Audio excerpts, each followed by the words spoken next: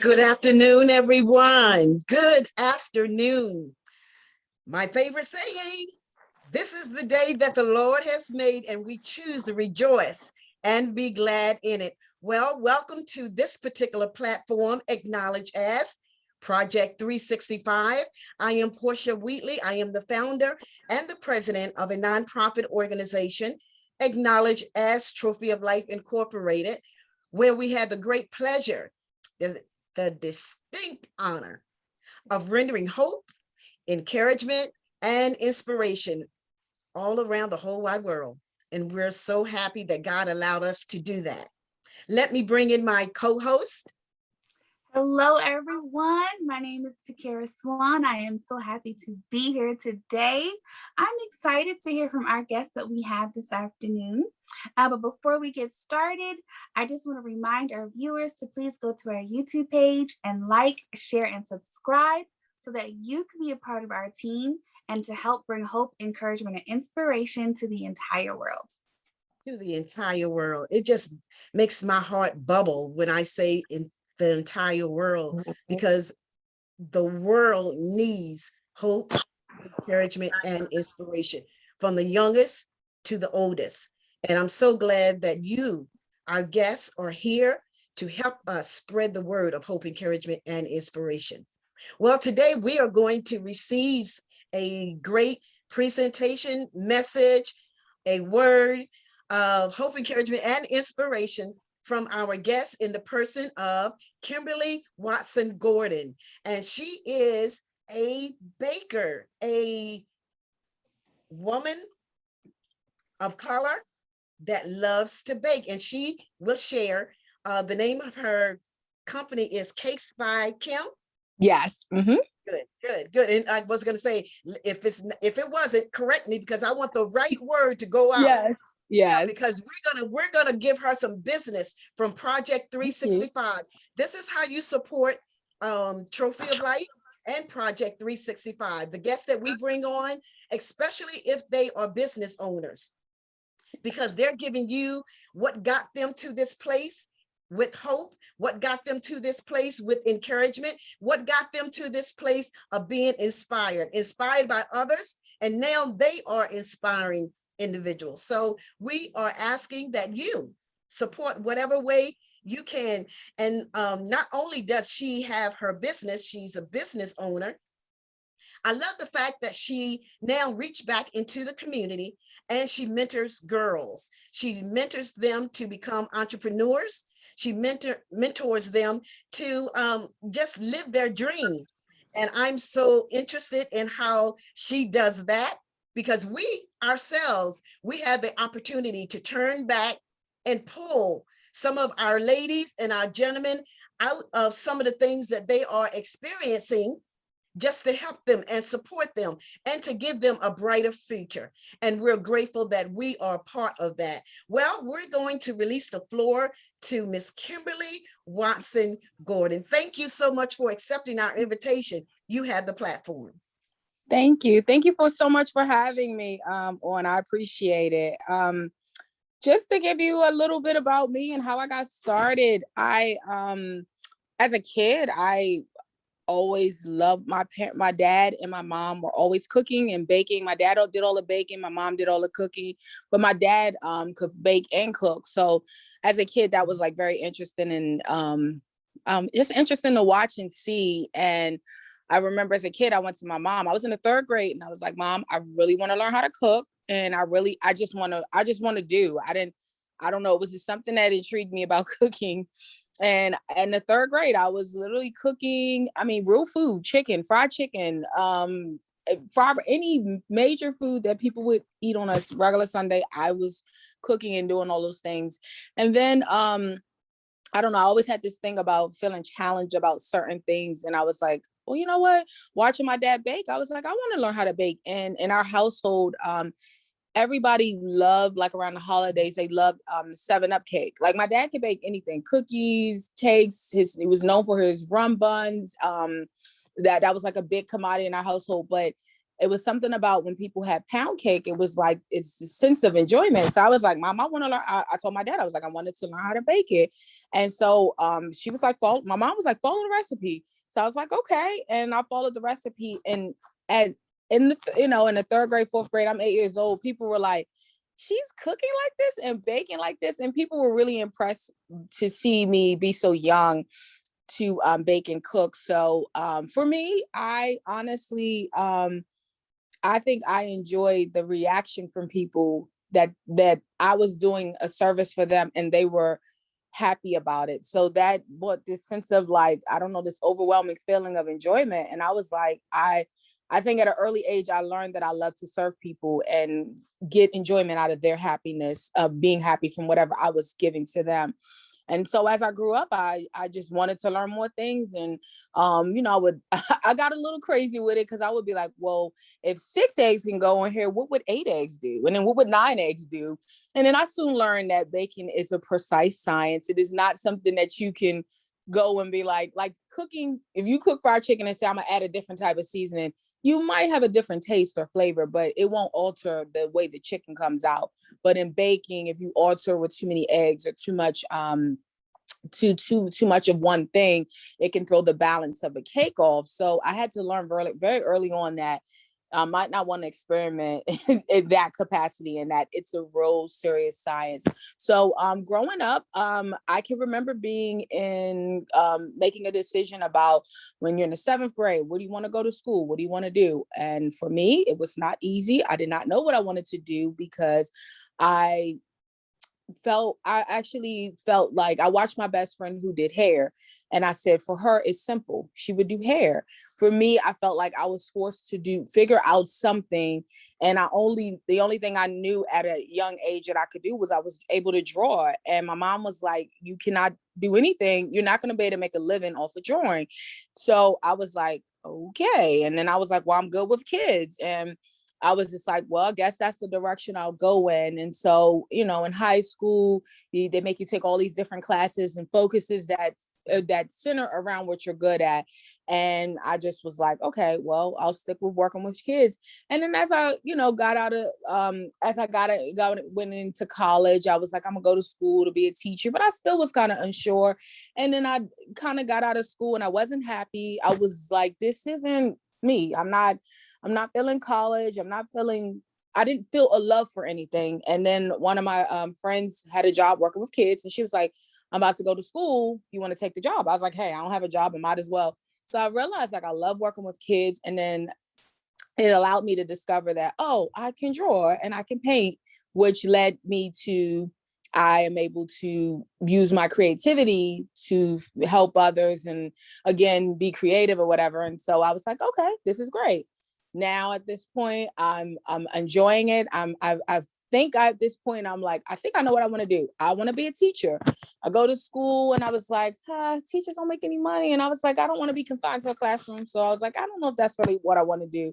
But needless to say, I got my bachelor's degree in the study of children, which is called pedology, but they changed the name of it. But it's a study of children. And then I got a master's degree in human resource development, which focuses on the development, the organization in its development, whether it's training, process, procedures, things like that. So I realized I could use both degrees to figure out and go in any direction that I wanted. But again, I was in school more for like, I need a degree and I needed a backup, but I really still didn't know what I wanted to do. And once I came out of college, I worked at a company called Caring Communities, and it was a nonprofit organization. And I remember I got lost going to the interview, and to go to the left was to go home, and going to the right would have been to go to the interview. And I distinctly heard God saying, the right is the start of your future. And I was like, but I'm lost. But I was like, I'm gonna follow anyway. And I went to the right. And I started this lady with a job, and it was $8 an hour, I wasn't making any money. And she always used to say, oh, she has a master's degree and we're a grassroots company and this and the other. But what I gained from that is I learned so much about how to run a nonprofit business. I learned how to be able to go in with event planning. We put on major disability expos with like 5 or 6 people. That's it. And we made this happen with just us. And so it taught me a lot of grassroots information that I would have never gotten anywhere else. So I worked there for like 3 years, got laid off. And I was like, what am I supposed to do? I'm sitting here with no job. So I ended up at Verizon Wireless. And one day, I had bought in a cake for work, and one of the girls was like, I need to buy this cake. And I was like, okay. And she's like, how much? And I was like, I don't know, $15. And so she was like, I want 2 of them. And then from there, everybody was like, I want a cake. I want a cake. And around the holidays, I would get like 30, 40 orders. And I was like, okay, I got to come up with a name. And I had to come up with a sticker and a logo and boxes. And so it became fun. It was really, really fun. And then, and I started at Verizon in 2006. In 2014, I went into a new department, and one of my coworkers was like, I had bought a cake in, and she said, my son fell in love with your cake, but he wanted to know, could you do cupcakes? And I said, well, I don't usually do them. I just do them on the side if I have extra batter. And she's like, he wants you to do it for a fashion show. And I was like, okay. And I said, well, tell him this. I'm going to take some classes at Michael's and learn how to pipe and do all that fun stuff. I took a class at Michael's and fell in love. And it was in that moment that I was like, this is it. This is what I'm supposed to do. And never knew that my cupcake business or dessert business or cake business would take a turn in the direction that it did, because I was always having fun with it. And even to go back a little bit with, I have an event planning business. And all my life as a kid, I have always been planning and doing events and having fun with doing all these different events, but never realized like, oh, I'm supposed to be an event planner. And that's where some of that foundation of my nonprofit organization that I worked at to build my company. So people would ask me, can you do my wedding? Can you help me plan my baby shower? And I was just doing it, but not realizing it was a business. And so even in that business, I watched how my dessert business took off a lot different than my event planning business. And I think the difference is that if I said that my cost for a cupcake was $2, you would pay that. But when my event planning, if I said, oh, it's $2, or people would be like, well, can I get it for $1.50? And that was the difference. And so I learned very quickly that my dessert business is a cut and dry. It's just simple. Nobody's going to negotiate and hassle you on pricing. So I watched the two just take off in 2 different directions, but it did teach me a lot about really having to focus on being an entrepreneur, and not just, I think because a lot of times we could just be having fun doing a passion and don't realize that it is a business and a service that forces us to have to really define what we're doing and really fine tune what it is that we're doing. So one of the things that I can say, just growing up, I've always been in a position of doing something, but not necessarily knowing that I was always in a position of entrepreneurship. And even as a kid, when I sat and thought about what I wanted to do, when people, my mom and everybody harassing me, you need to go to school, you need to do this. And I'm like, I don't know what I want to do. You're forcing me into a box that I don't want to be in. But I never realized that I was always an entrepreneur. And I did leave out this part that, like, even in high school and in high school and middle school, my best friend and I, we used to put on Christmas plays for the neighborhood. We charged people. They came. They would come to our plays, and we have rehearsals and all this stuff. That was a form of entrepreneurship. We would go trick-or-treating. I tell all the kids, give me your candy. I priced it out. We went back, we sold it took that money, used it for Christmas gifts. It was always a way and a strategy on how can we generate income, money as a kid. So I'm thankful that I had that foundation, but I never realized it. And a lot of it was that my parents, none of them are entrepreneurs, or none of them were in a position of watching. And ironically, my mom did do weddings and she did do events and made flowers for people, but I never watched her saying, oh, this is what I want to do. And I never observed from her of, this is what you do as a business owner. I think I just more watch my mom being a helpful person. So I think that's where I draw a lot of my interest in helping people and wanting to serve people, because I watched what my mom did. And I always knew that because she did everything with love and with God involved, she was always blessed. And so I saw that and I was like, well, I'm supposed to follow in that same footsteps of, using my gifts and my talents to help people and be a blessing. And sometimes those lines got blurred because people would take advantage of me helping and being a blessing, that I'm supposed to do something for you for free or for whatever. So I struggle with that for a minute, but I will say that over the years, that as I've had to learn more and just unfortunately just grow up overnight, it taught me that I had to be more diligent about being a business owner and not just being someone's best friend or whatever. And that at the end of the day,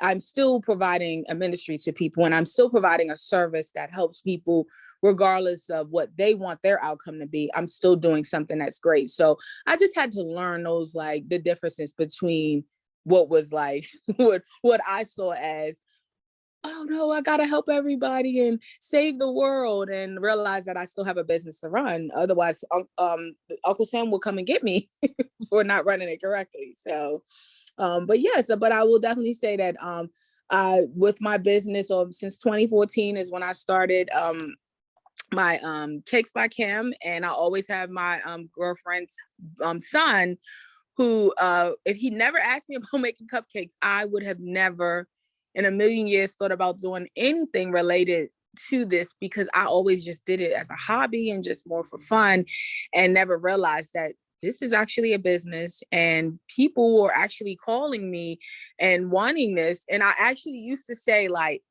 they want to pay me, like I should be paying them, because like I always just felt this, like, I can't believe, like, people are giving me their money to do this. Like it just always amazed me. But from there I realized that, okay, I got one thing under my belt. Now I need to develop more cupcakes, and I need to develop more different types of desserts, so that it's not just one type of cupcake or one type of cake. And that's when I did realize I need to do cookies, I need to do parfaits, I need to do cake pops, everything that's, and it's, and I will say to this day, it is still a constant growing and a constant learning. And, every once in a while I'll beat myself up about, like, I should be here and I should be there. But one of the things I had to learn, and ironically, when people come to me asking me for mentorship, and I always tell them, like, whatever, it's thousands of us. It's 1,000 bakeries, 1,000 bakers,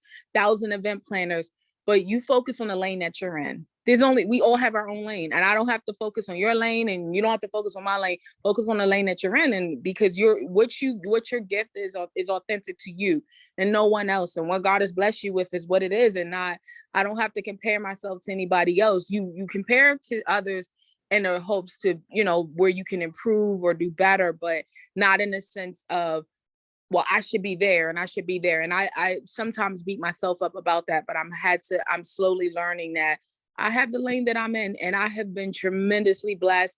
And I've let others convince me differently, because I'm always in that, oh, well, I should be where they are, and all that, this and that. And I realized that God has blessed me tremendously. When COVID happened, it took a hit.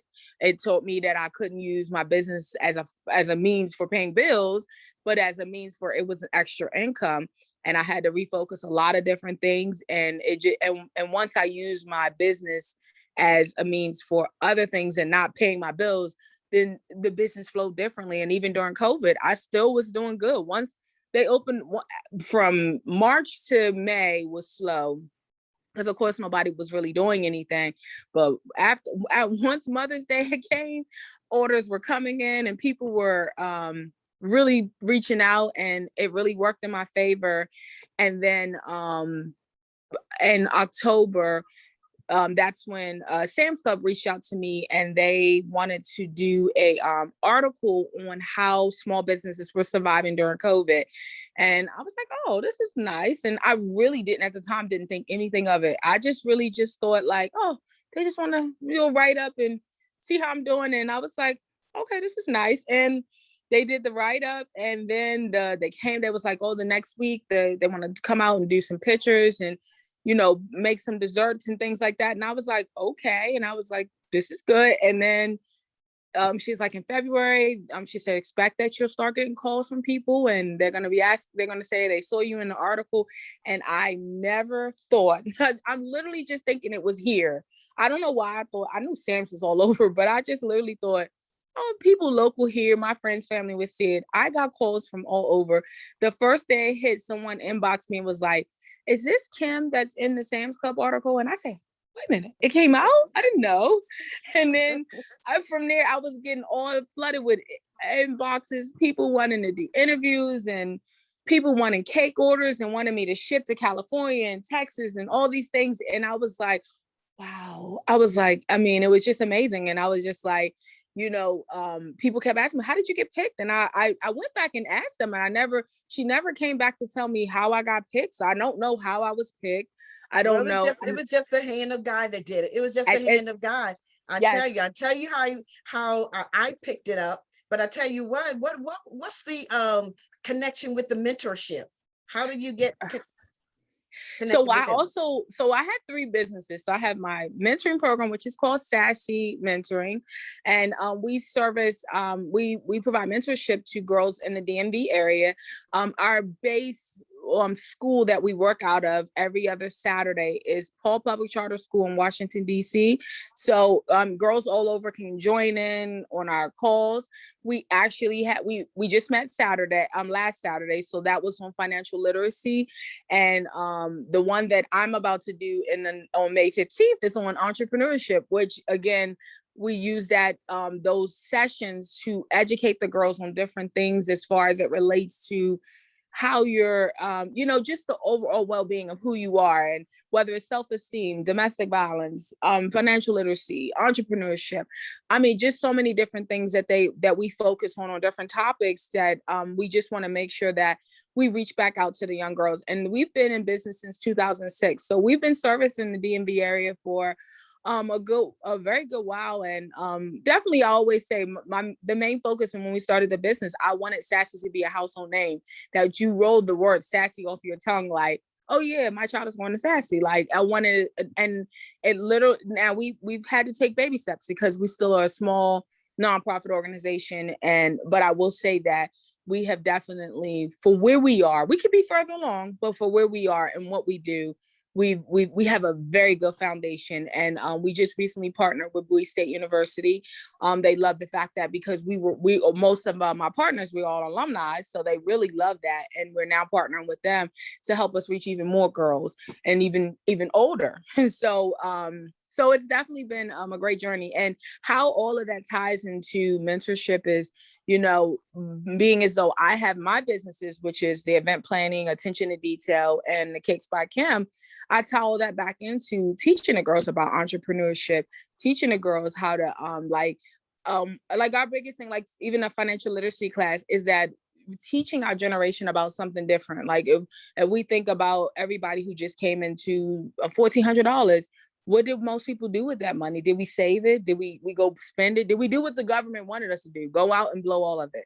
So how do we teach young people to save? How do we teach and go back and focus on just to live just a little bit of a different life? Invest, because granted, none of us can control we can't control our circumstances, what we're born into, but what we can control is growing up, my family didn't have a lot, but for me, I was not willing. I never was willing to accept that. And my mom would be like, I don't have it. And I would be like, oh, okay, I'm going to find out how to get it. And I did stuff as crazy as I wanted to buy Christmas gifts for my family. I wouldn't eat lunch. I would save my lunch money. I would save my $1.25, $1.50, and save that to ensure that I had enough money to make sure I could get Christmas gifts for my family. And so if that meant I was going to go hungry, that's what I had to do. I found out early on that I knew how to write calligraphy, and people were paying me $1.50 to write Kim Now, loves Janelle. And You so had I it was for a like, minute.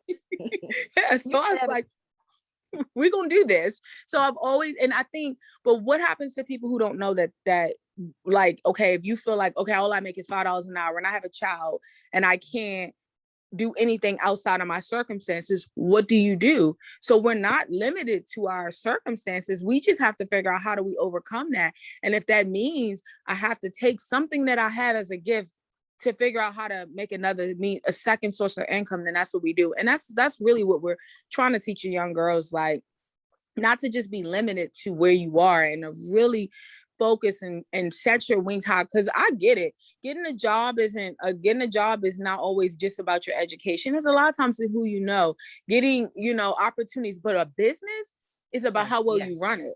It's about what you do. It's not about who you know. It's about, it plays a role part in who you know, because they can get you grants and money. But the bigger part is that, how well do you run your business? And so they see all of us young ladies as entrepreneurs, that we all have separate businesses and separate ventures that we're doing, that they get to see these young Black women that are doing this, and it's such a role model for them. So that's one of our biggest ways that we give back. So yes. That is wonderful. Let me ask you this. Now, in all of that entrepreneurship and all of that mentoring and all of that, do you also share about your character and personality? Just give us a couple of statements about that, because, every now and then you see the sisters rolling down. That's not, Yes. We can't do that if we're going to. Yes. One of the things that we try to tell them, like, we have a session, and even we're partnered with Bowie State. One of the sessions is about, like, how to show up, like, how are you showing up, in that dress and that attire, how are we speaking? Because a lot of times is, oh, you're talking white, or you're doing this, but you have to know when to turn it on and turn it off, and know how to represent who you are and where you are. And I could remember as a growing up, I always had this thing where I love to dress up and be nice and be flashy and seen. But then I also had this bummy side, and I would be like, I didn't care if I went out in public and I had on like a t-shirt and some pajama pants and looking just crazy. And I remember my best friend's father was like, you need to stop showing up out in public like that, because you never know who you're going to run into. You never know who you're going to see. And I would brush it off like, they don't know what they're talking about. And my mom would say stuff, and people kept telling me, and I was just being stubborn. And one day a guy that I knew saw me, and he was like, you really need to stop that. The same thing that everybody else told me, but the way he said it, it hurt my feelings really bad. And it was at that moment that I realized that you always have to represent and show up. Not just because of like, oh, I don't feel like it. It's because you have to show up, because you are selling yourself. You are your best marketing and the best salesperson. So you have to sell yourself. So we really try to stress that to the girls of, really showing up for who you are. If you go on an interview, show up with the interview with, even if it's McDonald's, it's okay to put a suit on or put some casual pants on, or something that makes you stand out from what is going to make you stand out from everybody else. What's going to make them want to hire you based on who you are, your personality, your ability to go over and beyond. And, I might not have been the smartest person, but I was always the hardest person. I didn't care. They'd be like, Kim, you want to work overtime? Yes, I will. What do you need me to do? I'll work that project. And honestly, in being at Verizon Wireless, I started off on the phones. Within 9 months, I was moving into another department, and in Verizon, it's not easy to move up that easily because it's limited positions. And then when I got in that, I did that for 6 years, and then I moved to the next position, and it was truly a blessing. But everything was all based on how I How you my showed work up. ethics and Yeah. how I showed Yeah. up. Exactly. It's amazing. It's amazing. You're just full of entrepreneurship. You're full of information. Yeah, and it's really good because Yes. I feel the energy. I feel that Thank positive you. energy. Not that I don't just feel it. I hear it and I can Thank see it. you. And I hear you in your sharing that you actually you dress and you in your mind you show up where you're going, where you Going. want to be, not just Yes. where you are. So Yes. that makes a big difference. In that times you have to look at someone else to see, oh, I just may want to be like her until I can get to that level and find out for myself I can be who I am supposed to Yep. be. So Exactly. this was wonderful. This Thank was you. wonderful. And I like you really enjoy what you're doing. Yes, So yes. I'm thankful to God to you. The one thing I always would say, like, I didn't know what I was supposed to do. And although I was in the motions of doing it, I can honestly say that the foundation was there. But to get to a place and you finally arrive and you say, you know exactly where you're supposed to be, as many nights, because to be an entrepreneur, to have to work your full-time job and still go out doing events, get up at 3 o'clock in the morning, 2 o'clock in the morning, work 24 hours. It's being an entrepreneur is so beyond just showing up to be a great person to say, hey, I have another, I have this business. It is so much behind the scenes. And no matter how tired I am, I always enjoy it. I'm tired in the process, but I always thank God. I just got back in town on what was it, Tuesday. I was out, and I was thankful you have to take breaks. So thankful I took that break. But as soon as I came back in, I had to take the COVID shot. I took the vaccine, and then I got sick from the vaccine and I lost a day. And then that threw my whole schedule off. But from the taking that vaccine, getting sick, had to push. Had to work double time on Friday, double time on Saturday and Sunday. We got you. But yes. I got it done. And Had it was like, it was hard. It was hard. Had to do it. But that's how, as an entrepreneur, we have to be able to, and I that's why I said I thank God that I've arrived to a place that I know I'm exactly where I'm supposed to be. I always said it. I'm exactly where I'm supposed to be. Yes, so. Definitely. You definitely are. And you're showing up really great. And that lipstick is popping. Thank you.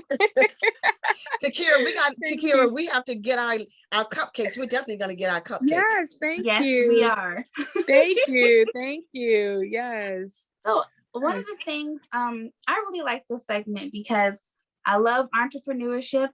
And you are a perfect example of how, you took something that you were good at, something that was fun to you, a passion, and you made it your own, and you made it your business. And it's so funny. I just did a Friday Night Live talk to some young women about this. And I was trying to tell them that, whatever your passion is, nothing is too small. Like, even though this is stupid, I like doing this, but no one does it. And I'm like, no, I'm gonna make sure I share this with you, because one of the young ladies was like, I said, so what are you passionate about? What do you like to do? And she was like, well, I like to eat. And I said, do you know you can make a whole lot of money from you eating? Exactly. So and they were looking at me like, what? Like, girl, get out of here. I'm like, no, I'm serious. Food bloggers. And yes, serious. Yes. I'm like, there's so many things that you can do with something as simple as, I like to eat, and that's like my favorite hobby. So I'm just so happy that you came on here and talked about, your journey of entrepreneurship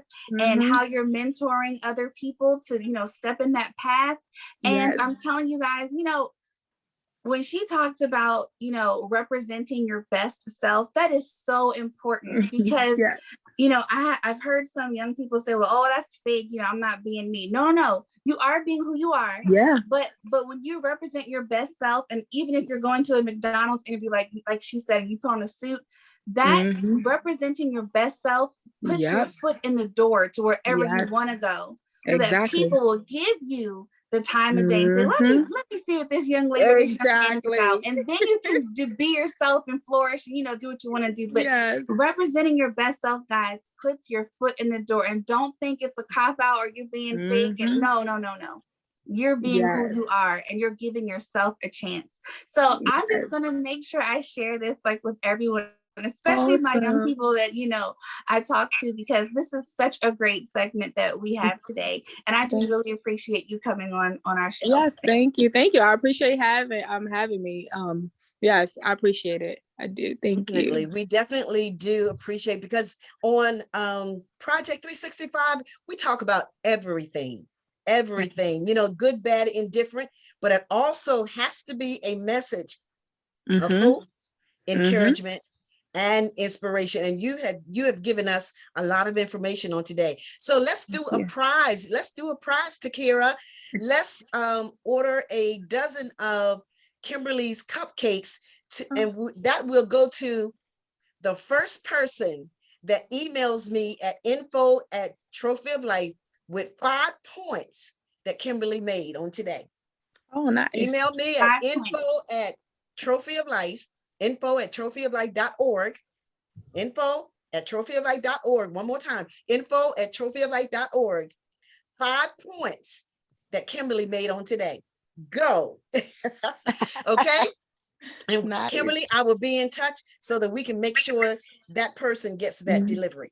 Yes, all right. Thank you. Awesome. Thank you so much, Kimberly. I love having you here as our guest. And I pray that Project 365 will bring you some business as well. Well, thank you. I hope so. I appreciate it. Thank you. Thank you, everyone. God bless you. And we shall see you tomorrow at 1 p.m. Thank you. Y'all have a blessed day. You do the same. Bye-bye. Bye.